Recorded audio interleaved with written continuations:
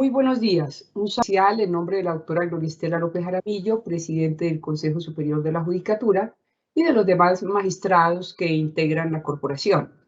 Bienvenidos a esta conferencia virtual denominada Derecho a la Propiedad y su Protección para Niños, Niñas y Adolescentes, que hace parte del ciclo de capacitación en derechos prevalentes de niños, niñas y adolescentes. La propiedad privada es un derecho de rango constitucional que pertenece a la categoría de los derechos sociales y económicos y adquiere la calidad de derecho fundamental cuando su titularidad está en cabeza de los menores de edad. En estos casos resulta inminente su protección, defensa y garantía, no solo a través de la implementación de acciones constitucionales, sino de orden legal. La conferencia de hoy tiene como propósito analizar el tema del derecho a la propiedad como garantía fundamental para los niños, niñas y adolescentes, en contraste con lo dispuesto en el artículo 58 de nuestra Constitución Política, el cual, si bien protege la propiedad privada, le asigna una función social y ecológica que, en casos de violaciones a los derechos fundamentales, donde resulten como víctimas menores de edad, esta connotación debe ser examinada por el juez bajo la óptica de los principios, valores y derechos constitucionales en pro de garantizar la defensa de los derechos fundamentales de nuestros niños, niñas y adolescentes. En esta oportunidad tenemos el gusto de contar con el doctor Ricardo Enrique Bastidas Ortiz, abogado, candidato a doctor de la Universidad Externado, especialista en Derecho Constitucional, Derecho de Familia y Derecho Comercial. Actualmente es docente universitario, presidente del Instituto Colombiano de Derecho Procesal, capítulo Tolima, miembro de la Academia Colombiana de Jurisprudencia, formador asiduo de nuestra Escuela Judicial Rodrigo Lara Bonilla, y actualmente el doctor Bastidas se desempeña como magistrado de la Sala Civil Familia del Tribunal Superior de Ibagué, y debo anotar que es candidato también para integrar la Sala de Casación Civil de la Corte Suprema de Justicia. Doctor Ricardo Enrique Bastidas Ortiz, es un gusto tenerlo nuevamente con nosotros. Bienvenido, tiene el uso de la palabra. Doctora María Lucero, muy buenos días. Por este conducto le presento un saludo respetuoso a usted, a la señora presidenta del Consejo Superior de la Judicatura, la doctora Gloria Estela López Jaramillo, y a toda la comunidad judicial de Colombia. Infinitamente gracias por la bondad, la generosidad de haberme invitado a este ciclo de capacitación tan importante que celebra la Escuela Judicial Rodrigo Lara Bonilla, que a buen momento dirige usted, doctora María Lucero. En esta oportunidad se me ha confiado un tema de singular importancia que hace referencia con la protección constitucional para la niñez y la adolescencia en relación con el derecho de propiedad. Antes de iniciar formalmente mi intervención, quiero destacar lo siguiente. En alguna oportunidad, como magistrado de la Sala Civil del Tribunal Superior de Ibagué, cargo que con mucho honor ocupo desde hace muchos años, tuve la oportunidad de decidir una acción de tutela para proteger los intereses de un niño de unos 2 o 3 años de edad que había sido quemado con aceite de cocina. Todos los abogados del municipio fueron y le solicitaron a la mamá la posibilidad de darle poder, porque quien le regó ese aceite de cocina fue su propia mamá, sin intención. Entonces el niño fue llevado al hospital del municipio. Allí le prendaron toda la atención y en un procedimiento una enfermera lamentablemente, en vez de echarle agua, combinó el agua con formol de manera descuidada y bañó al niño con un agua especial, y el niño finalmente perdió la visión. A raíz de eso vino la tutela y, por supuesto, la tutela ordenó los trámites judiciales pertinentes en vía de protección del derecho a la salud y el derecho a la vida de este niño. Y posteriormente vino una demanda ante lo contencioso administrativo y esa demanda salió favorable para el niño y, por supuesto, para los padres. La sentencia indemnizatoria fue de alrededor de unos 300 millones de pesos y al poco tiempo los padres de ese niño de 2 años recibieron esa suma de 300 millones de pesos, advirtiendo que eran gente humilde, muy pobre de recursos económicos. Y al poco tiempo nos llegó la información que tenían al niño en la mendicidad los padres. E hicimos las averiguaciones del caso y ocurre que los padres recibieron 300 millones de pesos. El abogado se quedó con el 50% de esos honorarios y los padres recibieron la otra mitad y de manera inexplicable esos 150 millones de pesos desaparecieron, siendo que la mayoría de los mismos era en favor de ese niño. No hubo ningún estamento, ni judicial ni administrativo, que estuviera pendiente de la suerte de esa indemnización a favor del niño. Y también hemos tenido casos en donde por razón de la responsabilidad civil, contractual y extracontractual que manejamos con mucha frecuencia, las condenas se expiden en favor de los niños, niñas y adolescentes, y al cabo del tiempo esas condenas las reciben sus padres y no hay entonces un seguimiento por parte del Estado de cuál es la suerte de esos dineros, siendo que esos dineros, si bien la administración le corresponde a sus padres por virtud de la patria potestad, el Estado no hace un seguimiento real para proteger esos bienes de los niños. Por eso, el objeto de esta intervención, por supuesto con el auspicio de nuestra directora general de la Escuela Judicial, Rodrigo Lara Bonilla, es crear en ustedes, apreciados servidores judiciales, conciencia de que no solamente es un reconocimiento a los niños y protección de su derecho de propiedad, sino que tenemos que hacerle todos un seguimiento para que quienes administren esos dineros o esos bienes realmente le estén dando un verdadero cumplimiento para satisfacer sus necesidades, especialmente cuando estos lleguen a la mayoría de edad. Uno de los propósitos básicos de la Constitución, según su preámbulo,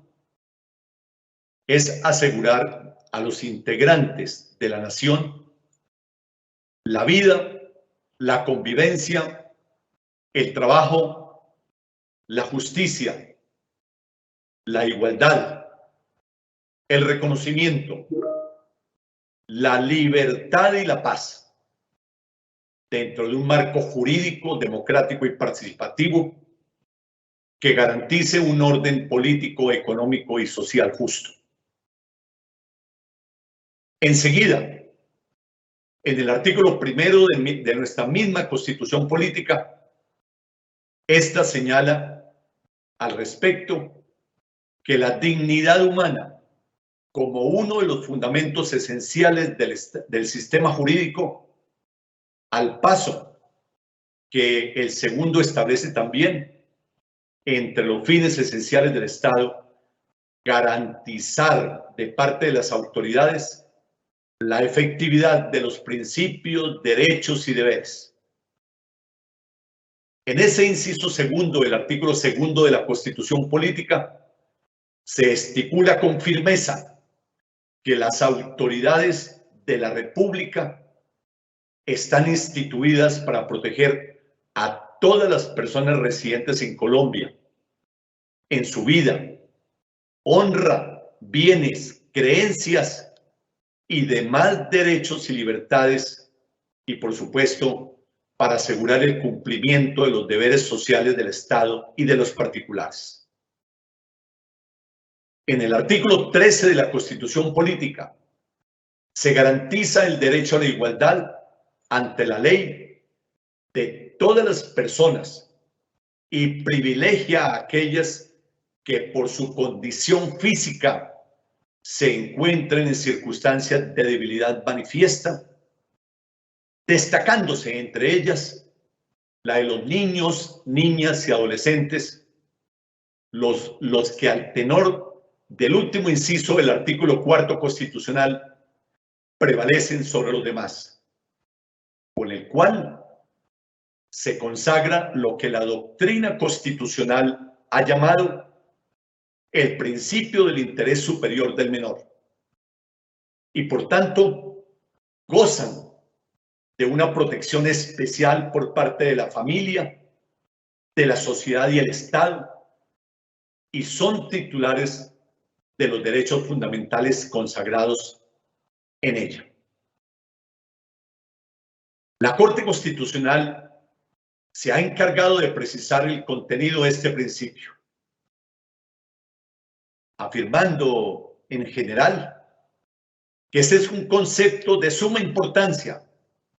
que transformó sustancialmente el enfoque tradicional que informaba el tratamiento de los menores de edad. Es que en el pasado el menor era considerado menos que los demás y por consiguiente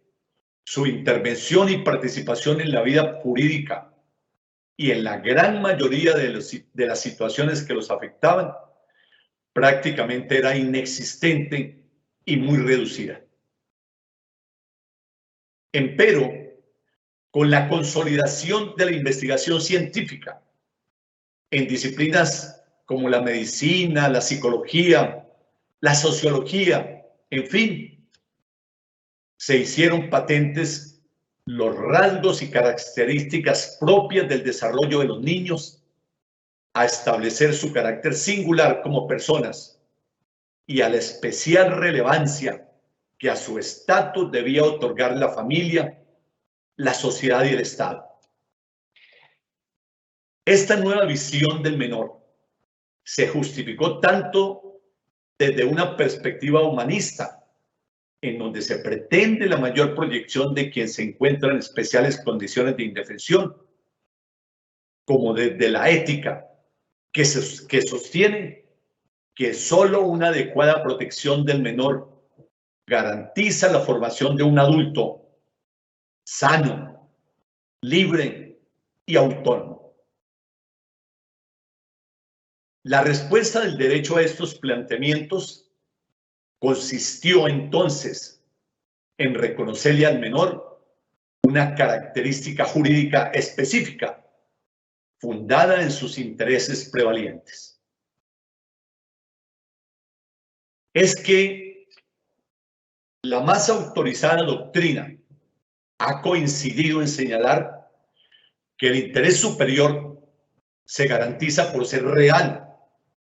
en cuanto se relaciona con las particulares necesidades del menor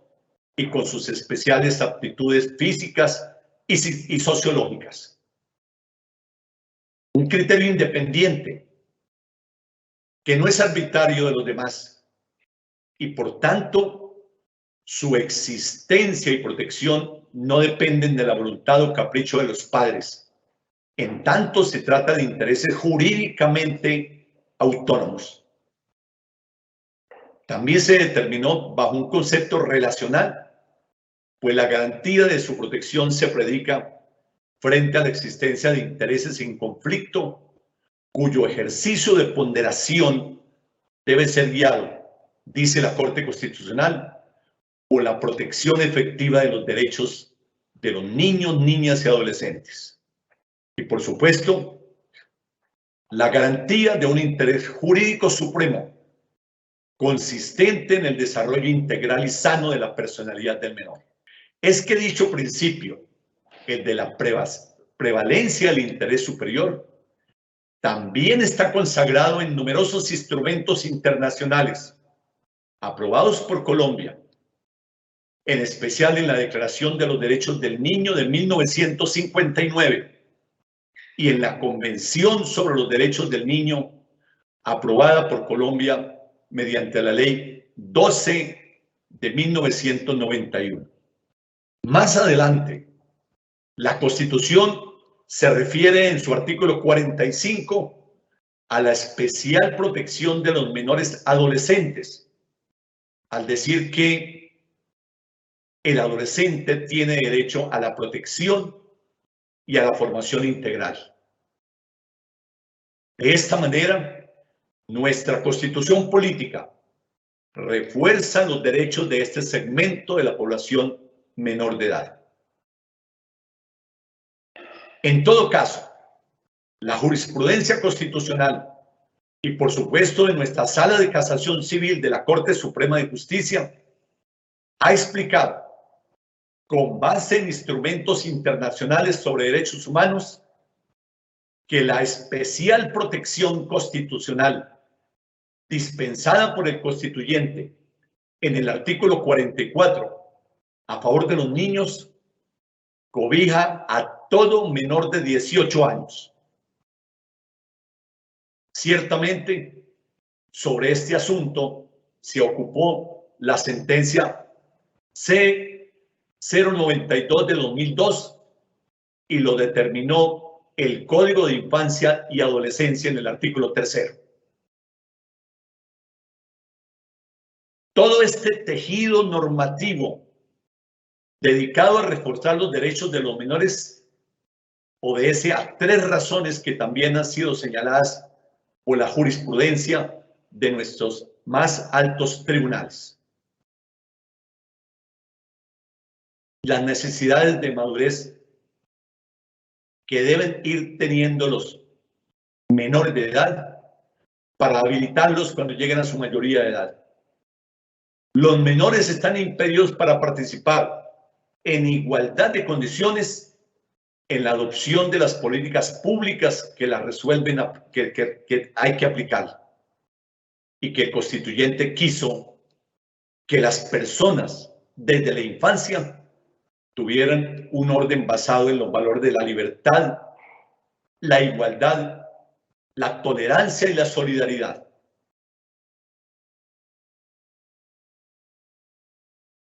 Concatenando estos temas constitucionales, encontramos entonces en el artículo 58 de nuestro texto constitucional la garantía de la propiedad privada y le asigna una función social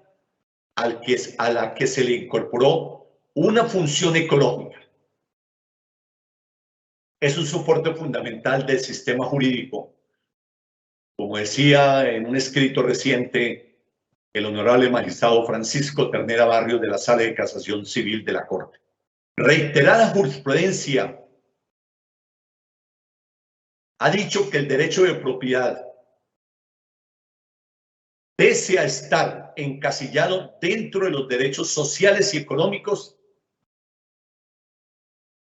ha indicado que su connotación de fundamental no puede determinarse en todos los casos, sino en situaciones concretas. El juez debe examinarlo bajo la óptica de los principios, valores y derechos constitucionales. En hechos puntuales de violaciones, en donde aparezcan como víctimas menores de edad, a dicho derecho se le ha dado tal característica. Es decir, que cuando se trata de proteger el derecho a la propiedad privada de un menor, de un adolescente, este se convierte en derecho fundamental. Es que mucho antes de la expedición de 1991, el Estado ya había desarrollado varias formas de protección de los menores de edad. Una de ellas es el régimen legal de la incapacidad de ejercicio que consagra el artículo 1504 del Código Civil. En efecto, recordemos que la capacidad en sentido general es la facultad que tiene la persona para adquirir derechos y contraer obligaciones. No obstante, dentro de este concepto se distingue la capacidad de goce, que es propiamente la aptitud para ser sujeto de derechos y obligaciones, de la capacidad de ejercicio o capacidad legal, que a voces del artículo 1502 del Código Civil consiste en poderse obligar por sí mismo y sin el ministerio o la autorización de otra. Es que desde 1887, quien no tiene capacidad legal o de ejercicio se llama incapaz. Los menores de edad se incluyen dentro de esta categoría, como expresamente lo señala el artículo 1504 del Código Civil. Respecto a la incapacidad que cobija a los menores de edad, la jurisprudencia de nuestra Sala de Casación Civil ha explicado que no tiene por objeto considerarlos como seres de menor valía, sino que se trata de una forma de reforzar la prevalencia de sus derechos dispuesta por la Constitución. Para esta alta corporación, es claro que la declaratoria de incapacidad legal es la alarma que la legislación emite para manifestar una desigualdad en los presupuestos volitivos y reflexivos de ciertos sujetos que van a desarrollar actividades comerciales o que por lo menos tienen la expectativa de hacerlo. Estas incapacidades civiles para el ejercicio de los derechos, como las relativas a la incapacidad de los menores de edad, tradicionalmente se han considerado como medidas de protección a favor de quienes padecen tales limitaciones. En ese sentido, la Corte Suprema de Justicia se ha pronunciado al decir que los intereses de los incapaces, para ellos se ha creado la figura de la representación legal, en virtud de la cual esta coloca a unos sujetos al cuidado de ciertas personas a las que inviste de atribución para actuar en su nombre y de vincularlos en los efectos que de estos actos se deriven, como si hubieran contratado ellos mismos. De ahí que se hayan establecido reglas concernientes a la administración y disposición de los bienes a través de la patria potestad, entendida esta como el conjunto de derechos que la ley reconoce a los padres sobre sus hijos no emancipados, para facilitar a aquellos el cumplimiento de los deberes que en su calidad les impone, reza el artículo 288 del Código Civil. Así, al tener los menores de edad capacidad de goce, pueden ser titulares de derechos reales y personales. Esto es, el de poder ser propietarios de bienes raíces o muebles, así como ser acreedor de una persona o deudor de otra. En efecto, es que el régimen legal de la incapacidad de ejercicio es la solución que históricamente el legislador ha adoptado para proteger los derechos de los menores en tal calidad. Para el efecto, repito, el Código Civil prevé la representación extrajudicial o la representación judicial, tema que encontramos a partir del artículo 292 del Código Civil, sea en relación con el padre o madre de familia, el tutor o el curador, para que esta persona supla su inmadurez o sus dificultades cognitivas o volitivas cuando actúan en representación de esta franja de personas. Respecto de algunos actos, esta protección general no se considera suficiente, por lo cual la ley civil lo revista de exigencias adicionales, como ocurre en el usufructo legal y en la administración de sus bienes para manejar o conservar o mantenerlos. Por vía de ejemplo, con los actos jurídicos que implican la disposición o el gravamen de bienes inmuebles del menor, respecto de los cuales desde 1887, cuando con la expedición de la Ley 57 de ese año se adoptó el Código Civil,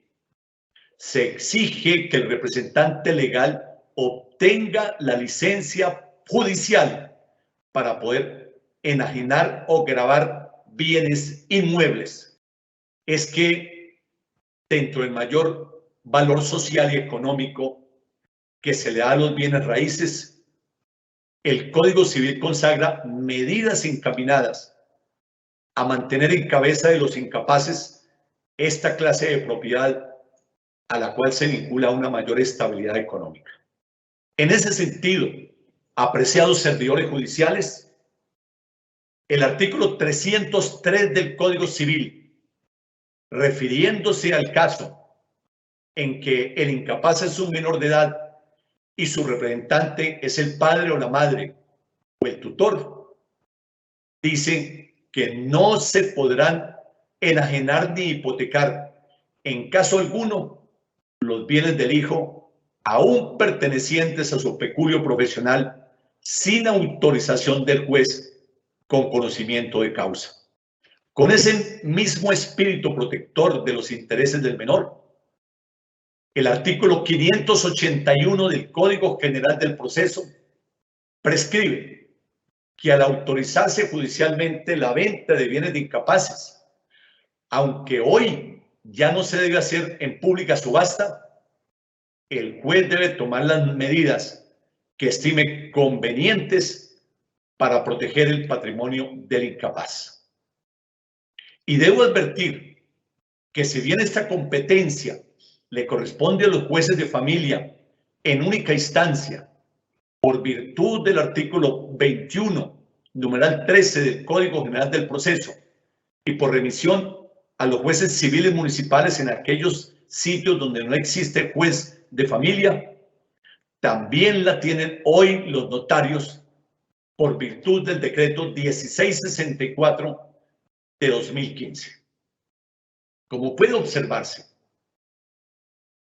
la legislación civil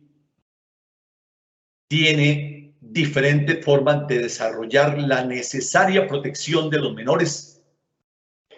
y de los demás incapaces a través de la institución de la incapacidad de ejercicio. Institución jurídica que se acompaña de medidas legislativas complementarias destinadas a la protección del patrimonio del incapaz, particularmente de sus bienes inmuebles,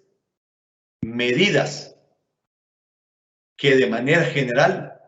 exigen que cualquier acto dispositivo sobre esta clase de bienes de los incapaces tenga la previa autorización judicial. Y es que no solamente el Código Civil trae esta protección. El Código del Comercio, en su artículo 899, por ejemplo, establece que será nulo el negocio jurídico, entre otros casos, cuando se haya celebrado por persona absolutamente incapaz. Y el artículo inmediatamente siguiente regula que será anulable el negocio jurídico celebrado entre una persona relativamente incapaz con otra. De forma más general, el artículo 822 del mismo código remite al Código Civil para todo lo concerniente a las condiciones de validez de los actos y contratos. Es que el Código de Comercio también, en lo que concierne a la capacidad, capacidad para ejercer el comercio, en su artículo 12 indica que toda persona que según las leyes comunes tenga capacidad para contratar y obligarse, es hábil para ejercer el comercio, y que las que con arreglo a esas mismas leyes sean incapaces, serán inhábiles para ejecutar actos comerciales. El Código del Comercio agrega que los menores adultos pueden con autorización de sus representantes legales, ocuparse de actividades mercantiles en nombre y por cuenta de otras personas, bajo la dirección y responsabilidad de estas. Basta con revisar el artículo 17, que dice que se pierde la calidad de comerciante por la incapacidad o la inhabilidad sobrevinientes para el ejercicio del comercio. Y es que en materia de constitución de sociedades mercantiles, el artículo 101 indica que para el contrato de sociedad, para que sea válido respecto de cada uno de los asociados, será necesario que su parte haya capacidad legal. Otro tanto nos da el artículo 103 y desarrolla también los conceptos de que no podrán ser socios de sociedades de personas en el manejo y administración más allá de la responsabilidad menores de edad. Pero luego de haber establecido entonces el fundamento constitucional de protección del derecho a la propiedad y del Código Civil y el Código del Comercio para ellos, nos preguntamos entonces, ¿qué medidas de restablecimiento de derechos, como propiamente dichas, tienen los infantes y los adolescentes para proteger el derecho a la propiedad en Colombia? Y entonces descendemos al caso en concreto. La legislación colombiana en especial y el Código de Infancia y de la Adolescencia establecen normas sustantivas y procesales para la protección integral de los niños, niñas y adolescentes, garantizando el ejercicio de sus derechos y libertades, así como su restablecimiento. Y atención, destaco en esta intervención el numeral 16 del artículo 20 del Código de Infancia y de la Adolescencia, que prevé que los menores deben ser protegidos cuando su patrimonio se encuentra amenazado por quienes lo administran, competencia que le corresponde oficiosamente al Instituto Colombiano de Bienestar Familiar a través de los defensores de familia. Es posible que se crea que la vulneración de los derechos patrimoniales no es algo trascendente para el menor. Sin embargo, y a pesar que las conductas que se describen en dicho artículo 20 en general resultan más lesivas como física y psíquicamente para los menores, no podemos dejar de resaltar la importancia que puede tener para un menor de edad el que su patrimonio no sea cuidado en debida forma, sea por sus padres, por su curador o quien tenga a su cuidado el patrimonio, pues el despilfarro o deterioro patrimonial pueden generar un problema grave para su establecimiento económico futuro. Ni qué decir frente al análisis sobre la procedencia de dichos bienes, pues es injusto que los administradores malgasten lo que un padre, abuelo o cualquier otro pariente le hayan dejado al niño pensando en su futuro y que al cumplir la mayoría de edad, dicho patrimonio se haya deteriorado o desaparecido. Por ello es importante salvaguardar sus bienes, teniendo en cuenta que el desperdiciar el patrimonio de un menor es una forma cruel y aberrante de atentar contra estos. Y ni qué decir cuando se obtienen a favor de ellos condenas dinerarias por decisiones judiciales en pleitos de responsabilidad civil contractual o extracontractual o derivados de la responsabilidad del Estado por virtud del artículo 90 de la Constitución Política, y su padre o madre le dan un inadecuado uso a esos recursos luego del pago de efectivo de esas condenas. O cuando a su favor llegan recursos económicos como beneficiarios de un seguro de vida o similares. Por todo ello, la legislación colombiana establece de vieja data los siguientes mecanismos para la protección de los bienes de la niñez y adolescencia, no solamente para los bienes inmuebles, sino también en relación con los bienes muebles y su manejo por parte de los representantes legales. Destaco, por ejemplo, los procesos de guarda que tienen por finalidad dar asistencia y representación a todos los menores de edad que carecen de padres para que cumplan las obligaciones de cuidado personal y las emanadas de la patria potestad, es decir, la administración, el usufructo de los bienes del menor, así como su representación legal. Destaco también los procesos de rendición de cuentas, los cuales tienen por objeto que quien administra bienes del menor o persona con discapacidad rinda cuentas de su administración. Igualmente, a veces se nos olvida a los jueces de familia que existe el procedimiento de inventario solemne de bienes que persigue que el padre que se encuentra ejerciendo los derechos de administración de bienes y representación del menor no los vaya a confundir con los que va a adquirir dentro de su nuevo matrimonio o sociedad patrimonial que quiera constituir, y que se sepa a ciencia cierta con qué bienes cuenta el menor al momento del matrimonio de sus representantes o de constituir una unión marital de hecho. Sobre el particular, los invito a revisar los artículos 88 y siguientes de la Ley 1306 de 2009 y los artículos 7º de la Ley 1996 de 2019 y, por supuesto, los artículos 379 del Código General del Proceso y todo el régimen a partir del artículo 169 del Código Civil colombiano. Y, por supuesto, el proceso de licencia para enajenar o gravar bienes del incapaz, que tiene por objeto la protección del patrimonio del menor, imponiendo al representante legal la obligación de solicitar licencia para enajenar o gravar con garantía real los bienes inmuebles o la venta o empeño de bienes muebles preciosos que tengan valor de afección para el incapaz.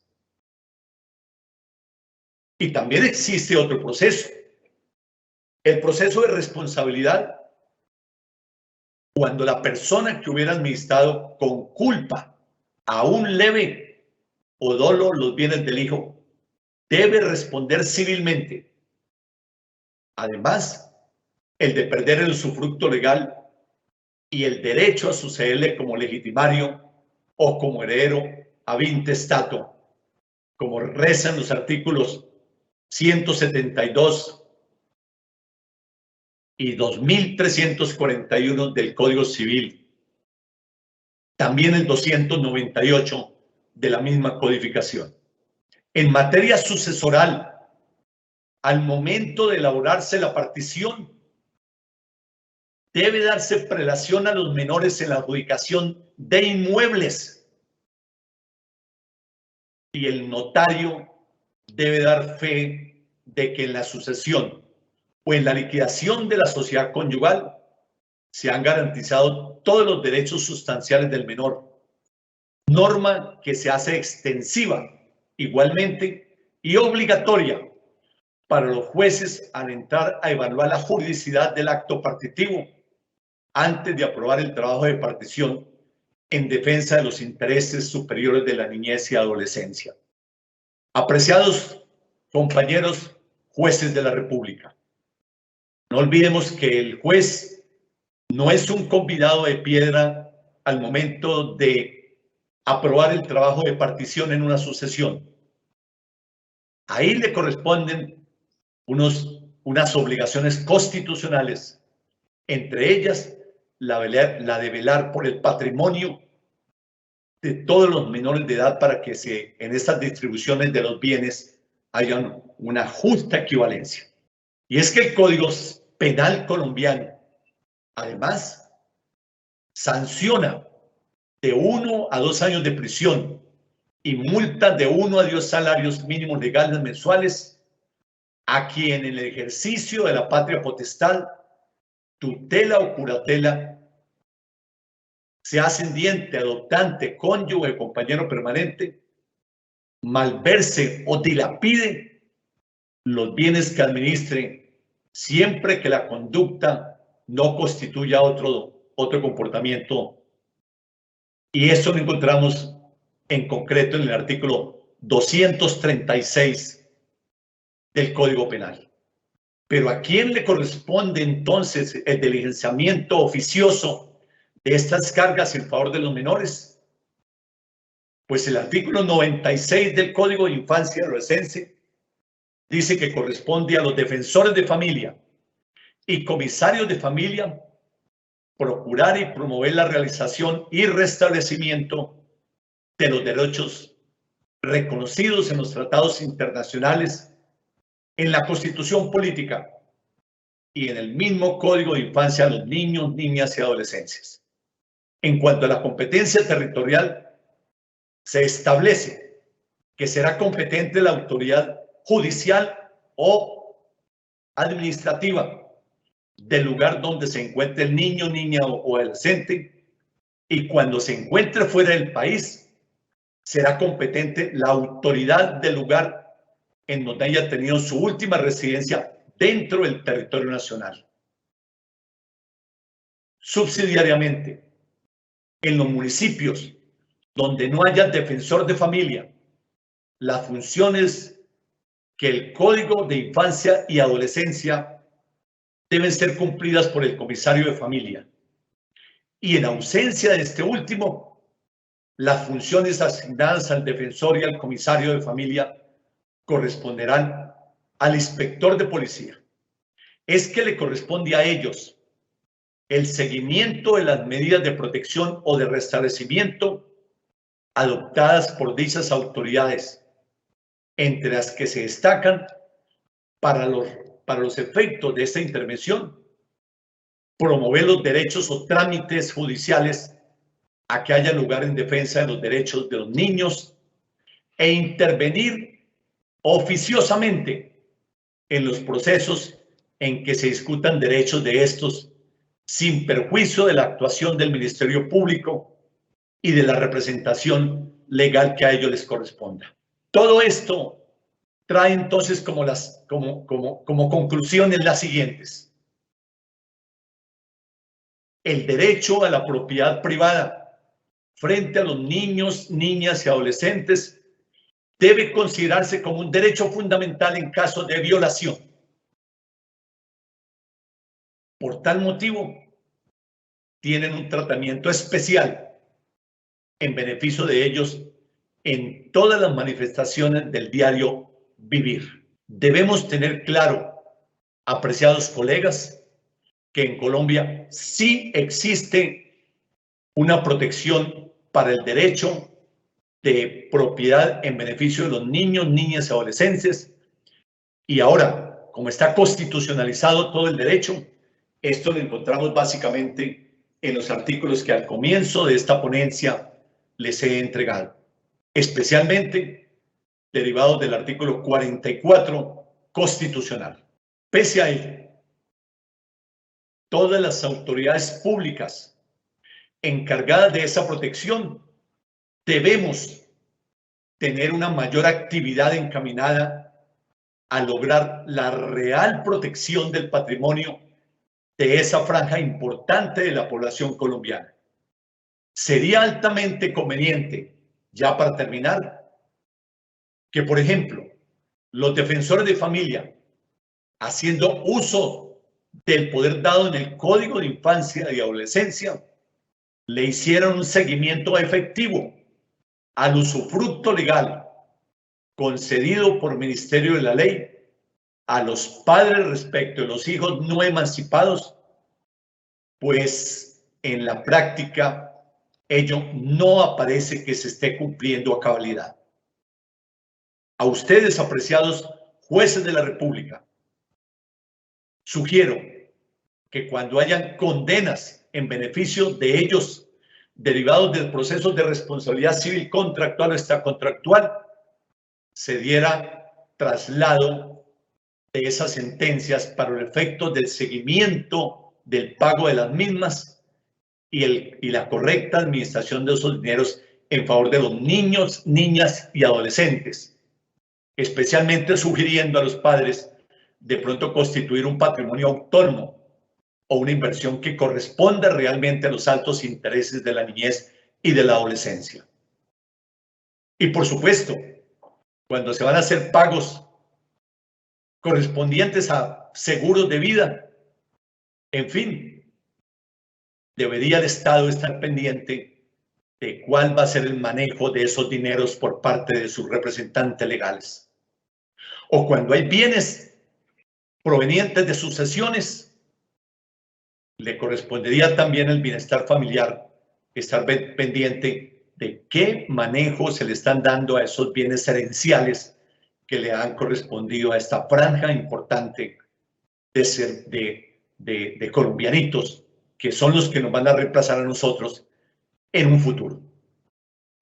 Sirvan estas conclusiones, apreciados colegas, para que en el devenir diario de nuestra actividad judicial tengamos claro que sí existen normas constitucionales y legales en defensa del derecho a la propiedad de los niños, niñas y adolescentes. Señora directora, doctora María Lucero Novoa, le devuelvo el uso de la palabra. Muchas gracias, apreciado doctor Bastidas, por su muy clara, técnica y ponderada explicación acerca de este tema tan importante para la garantía de los derechos de nuestros niños, niñas y adolescentes. Vamos al fragmento de preguntas, doctor Bastidas. Bienvenido. ¿La legislación vigente es lo suficientemente sólida para garantizar plenamente el derecho de propiedad a los niños, niñas y adolescentes? Doctora María Lucero, yo pensaría que sí. Lo que pasa es que hay un gran desconocimiento en el ciudadano de a pie de que existen estas disposiciones. Y también, de ahí la importancia de convocar a este tipo de eventos académicos por parte de usted, señora directora, y de su personal directivo, para que los jueces y magistrados de Colombia, no solamente los que trabajan en la jurisdicción, en la especialidad civil, familia, civil, sino también los laboralistas y los penalistas, sepan que tenemos legislación constitucional y civil derivadas de la ponencia que he presentado hoy y que he entregado a la Escuela Judicial para su réplica, si usted a bien lo tiene, para que sea conocida por todos los colegas en Colombia. El problema no es modificar ni cambiar las normas. El problema no es cambiar la constitución política. El problema que tenemos hoy, doctora María Lucero, es que tenemos que aplicar la normatividad que en muchas ocasiones la gente, los funcionarios públicos, las desconocemos. Pero la respuesta en concreto a su pregunta tan puntual es que sí existe hoy protección constitucional y legal. Muchas gracias, doctor Ricardo Enrique. ¿Considera que los funcionarios administrativos encargados de garantizar y restablecer los derechos de la niñez y la adolescencia en Colombia cumplen a cabalidad lo previsto en el Código de Infancia y Adolescencia de proteger el derecho de propiedad? Yo pienso que nos falta mucho. Estamos enfocados en la protección de los niños, niñas y adolescentes en materia de su integridad física, y eso está bien. Las niñas que han sido tan abusadas históricamente y todos esos conceptos que lamentablemente ocurren y que vemos lamentablemente en noticias. Pero mire usted, doctora, apreciados colegas, que el derecho de propiedad no tiene esa protección tan especial. No porque no faltan disposiciones, sino porque nosotros quizás con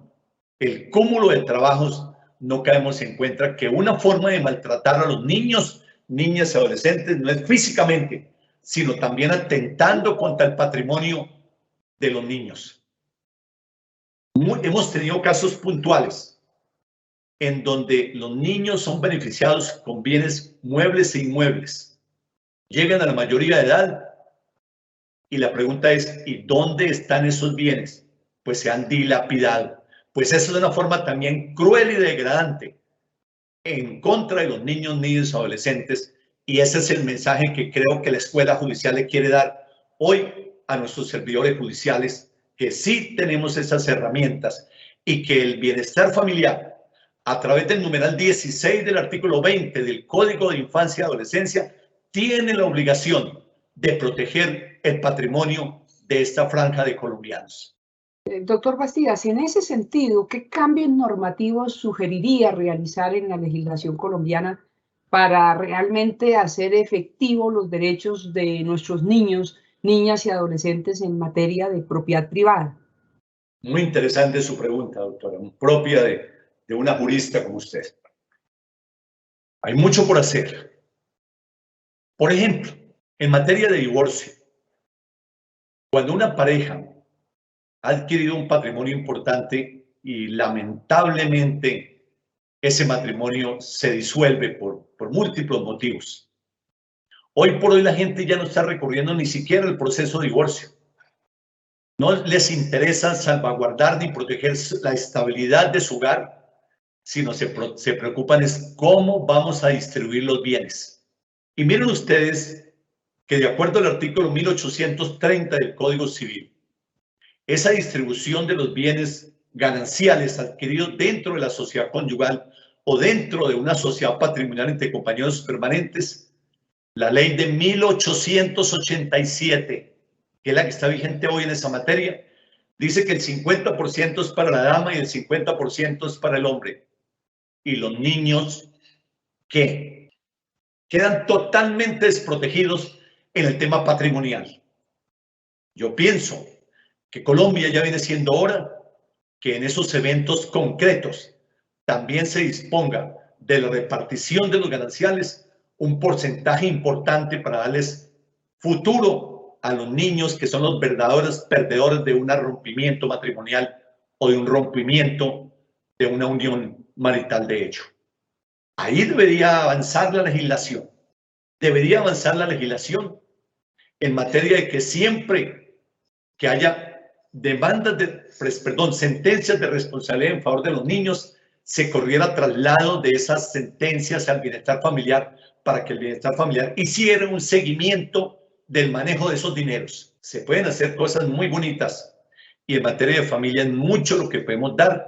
y por supuesto en eso ha sido abanderada la Sala de Casación Civil de la Corte Suprema de Justicia, que nos está dando día a día, está revolucionando el derecho civil y de familia en Colombia. Nuestro agradecimiento especial al doctor Ricardo Enrique Bastidas Ortiz, magistrado de la Sala Civil Familia del Tribunal Superior de Ibagué, por su clara, completa y muy técnica explicación sobre la importancia de la protección legal de los menores de edad para el ejercicio de la capacidad de goce, de acceso a la propiedad privada, así como la relevancia de su regulación normativa, primordialmente a través del Código de la Infancia y la Adolescencia, como claramente lo explicaba el doctor Bastidas en su disertación, y que establece normas sustantivas y procesales para la protección integral de los niños, niñas y adolescentes, garantizando el ejercicio de sus derechos y libertades, y en este tema tan importante como es la propiedad. Gracias a todos los servidores y servidoras judiciales y a todas las personas que se han interesado en esta conferencia virtual. Y a propósito del tema de hoy, nos despedimos con una frase del escritor británico Graham Greene. Siempre hay un momento en la infancia en el que se abre una puerta y deja entrar al futuro. Muchas gracias. Feliz día para todos y todas.